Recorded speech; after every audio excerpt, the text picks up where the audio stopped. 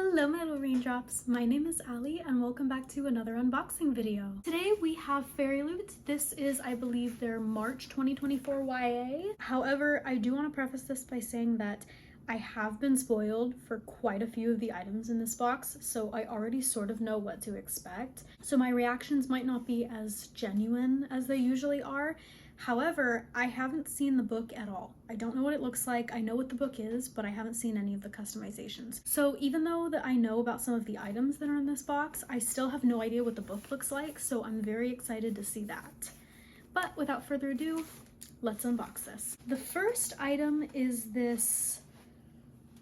Interesting. Okay, this I have not seen yet. Ooh. Oh, this is gorgeous. I think it might be like a book sleeve, like you put a book in here, but it has what I'm assuming is the main character from the book this month, A Tempest of Tea, on the back. And then on the front it says, "Vengeance never dies, A Tempest of Tea," and then the author's name, I believe. And it's like this really pretty, intricate design with like a teapot and a teacup. And then it has this like pocket right here. And then on the inside, the little zipper. I don't know if you can see if my camera will do it any justice, but it's the little Fairyloot logo on the zipper. That's cute. So inside, it's just black, nice and padded. But I believe that this is a book sleeve. So you put your book in here and it'll protect it, which is actually really nice because I usually just put my books in like my open tote bags that I have, but this protects it a lot more than having it just be out in the open. And I believe Fairyloot has done some of these in the past, but I haven't had a chance to get my hands on one. So I actually really like this item. Okay, so the next thing in here I already see is this adorable little tea canister. Oh my gosh. It's kind of like, it's giving Cupid with the little like bow and arrow and like the little hearts. Oh, this is so cute. And it has like a little apple right there. And then there's like a fox on it. Never fall in love with a fate. And I believe it's empty. I believe it's just a tea canister. Now, that's interesting. This is something that I also have not been spoiled for. I feel like I thought that I was spoiled for more of this box than I actually was. So I haven't seen this yet. This says Little Fox. That's so cute. So cute. And then yeah, it's just an empty tea canister, but this is so pretty. I mean, you could use this for tea, you could use it for coffee, you could use it for sugar, perhaps. I mean, anything really. This is really cute, and it's also feels very well made, and I love this. I love this. I don't know if I like it more than the book sleeve, but this is really cute, and it definitely fits in with the whole theme. So the next item in this box is like a bag of some sorts, and it has something in it. I also see another one, so I'm gonna take both of these out and see if maybe they're the same thing. The bag is kind of like this burlap material, and it says Fairyloot on the front, and inside okay, inside it comes with these little like charms. Now I'm beginning to wonder if I was spoiled for the wrong box, because I don't recognize any of these items. Forget what I said at the start, but they're these little charms. That was like a little coffee cup. These are like cinnamon rolls. Okay, I believe this is inspired by Legends and Lattes, if I'm not mistaken. I believe that these are the characters. I have this little keychain from Dazzling Bookish Shop that's resembles this, so I believe that this is based off of Legends and Lattes. They look to me kind of like Croc charms. I don't own Crocs, but they're cute for sure for someone that does. Let me check the other one and see if it's any different. So they are the same. However, I'm looking in this one again because in this one, so in the second one, I have 2 of these in total. And then I also got another one of these, and then another cinnamon roll. But in the first bag, I also got another coffee cup, and I didn't get a second one in the second bag. So I think they might have accidentally given me an extra one in the first bag. But they're very cute. I just think that they're a little situational. Like I said, I'm probably not gonna have a use for these because I don't have Crocs, but they're a really cute concept, and for anyone who does have Crocs, and especially someone who has Crocs and loves legends and lattes, they're probably gonna love this item. Okay, so I believe there's 2 more items in here. So this one, okay, this I believe is what I was spoiled for, and I can feel it, and I think it's what I'm thinking of. So let's open it and let's just see, but I'm pretty sure I know what this is. Yes.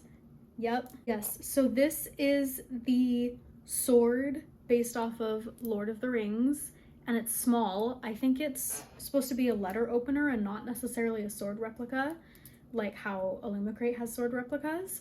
But it's very detailed. This is the back, and the handle has little like designs, intricacies on it. There's like this leaf thing, and then the blade itself, and then the front of it has like this glitter right here that the back doesn't have. But it's very detailed. Compared to an 𝚘𝚘𝚘𝚔 sword replica, it's obviously much smaller. Like I said, I don't think it's supposed to be a sword replica, so that makes sense. But they're both made very well, and for Fairyloot doing this, and I feel like they haven't done many of these, or if they have, it's been a while, because in like the year I've been subscribed to Fairyloot, I haven't gotten any letter openers or replicas. For them doing it either for the first time in a while or for the first time, it's made very well. And I'm a sucker for Lord of the Rings, and so now I actually have one based off of technically The Hobbit, but I actually really love this item. Honestly, this box has been pleasantly surprised me.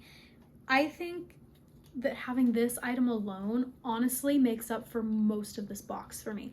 If I didn't have like the tea canister or even the book sleeve protector, and I just had this, I think I'd be satisfied, honestly, because I love this item. So I believe this is the last thing in here, and if I'm not mistaken, I've also seen what this looks like, and it says Ray Bearer soap dish. I don't use soap dishes very often, so I'm also not sure if I'm going to get use out of this either. Yeah, I like this. I like the design, honestly.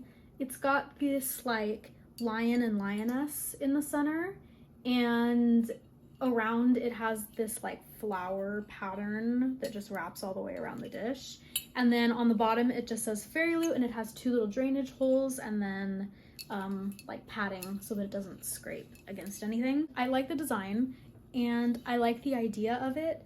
I'm just not sure personally if I'm gonna get any use out of it. What I will say is, when looking at this soap dish and the rest of the items, I feel like this soap dish and then the letter opener don't really necessarily go with the whole like tea vibe that the rest of this box has going on.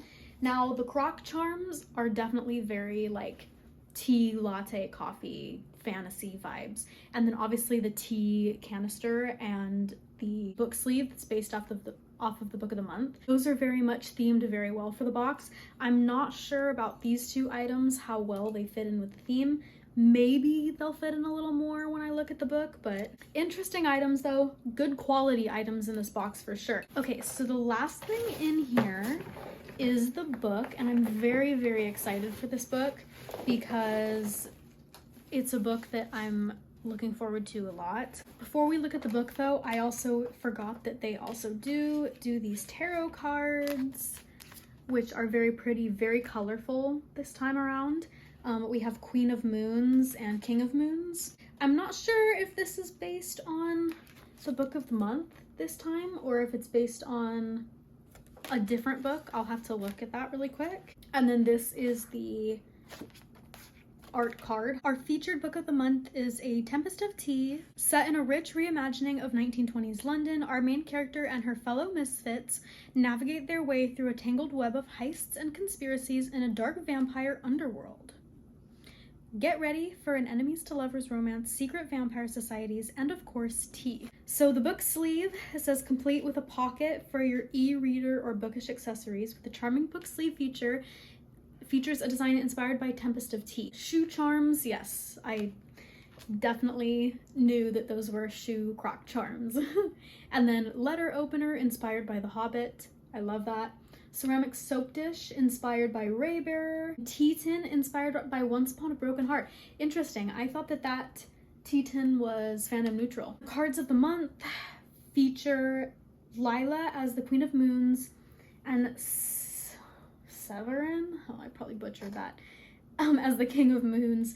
These characters from The Gilded Wolves. Okay, so they're not from the book of the month, but they're really pretty and they're very colorful, and I feel like they go together very well with the other color scheme, mostly of the book sleeve and the tea tin. Okay, so now we have the book, and already I can see that the top is orange, so we're getting a lot of color in this box, clearly. Okay, I'm not even gonna look at the cover yet. I'm gonna look at this first. So this is just the author interview, some upcoming April 2024 releases that they're talking about, and then next month's theme. Oh, that's beautiful. I know that this is a redesigned dust jacket cover. The original dust jacket, I believe, has like the main character female on front holding like a teacup. This is gorgeous though, with this beautiful like foiling and this little teapot, and I believe it's like a vampire-esque story, so it makes sense that it looks like there's this little drop of blood in the teapot. But this is beautiful. I wish I had that teapot. That teapot is so pretty. Then the side, it says A Tempest of Tea and then the author's name, and then the back is like this cityscape looking thing with what I'm assuming is the main character and then maybe like the love interest. The top sprayed edges are plain orange and so are the bottom, but the sides, oh, this actually matches so well. The sides are very much like kind of the same smoky design as the front, but instead of a teapot now, it's a teacup, and the teacup also has a little drop of blood in it. You know what would have been perfect? Maybe instead of the soap dish, if we had gotten like a teacup that was based on like this design, that would have been so perfect in this box. Ooh, okay. So we got like this like gun design on the inside, and then the beautiful end papers are of multiple characters, so that's interesting. It definitely gets me hyped up for the book for sure. The back is like a little umbrella, and then I believe these are the same characters but in different outfits. Yeah, so I believe it is. I believe these are the same characters but just in different outfits. Now the front, ooh, oh my gosh, Fairyloot's books are always so gorgeous. It's this beautiful like foiling design and this beautiful dark red that goes so well with the color scheme of the sprayed edges. And then the title is on the spine. I love that. And then once again, it's this beautiful teapot design that was also on the front cover. And then the teacup is a little bit different on the front than it is on the sprayed edges, but this book is beautiful. This is a beautiful, beautiful edition of this book. Honestly, it's hard for me to say who did better in March between Fairyloot and 𝙸𝚝𝚎, because they were both absolutely stunning in their own right. I mean, you have 𝙸𝚝𝚎 who did Fathom Folk and did this beautiful art design on the cover, and all of the items in that box were so put together and were all like beautifully ocean themed. But then you have this box that's so like perfectly centered around tea, of course with a few exceptions of like the Hobbit letter opener once again and the soap dish. I mean, everything is like gorgeous. There's no reversible dust jacket, but honestly I don't even think I mind that. It does have a bound in author letter with a digital signature at the very bottom, but it doesn't have any actual signature on like any of the front pages. But honestly, I don't even mind, because this book is just stunning and this box is stunning, and I'm so pleasantly surprised with this whole box as a whole. Both 𝙸𝚝𝚎𝚘 and Fairyloot really outdid themselves this month. And then one last thing, they also have this bookmark that came in it that pretty much matches the art on the cover postcard. So that is going to be it for my unboxing today. I do want to say that I did end up skipping Fairyloot and 𝙸𝚝𝚎𝚘, their April YA month book boxes, just because I wasn't interested in the books that either of them were doing in their YA box. But I do have an order from Dazzling Bookish Shop coming in soon, and hopefully I'm able to get my hands on owlcrate's April 2024 YA book box. I'm still on their waitlist. I'm not actually a subscriber, so unfortunately I do have to buy them after the fact if they have any spare left over, but otherwise I will try to get my hands on that. Yeah, so let me know what you guys thought about the book and the book box as a whole this month in the comments down below, and I will see you all in my next video. Bye!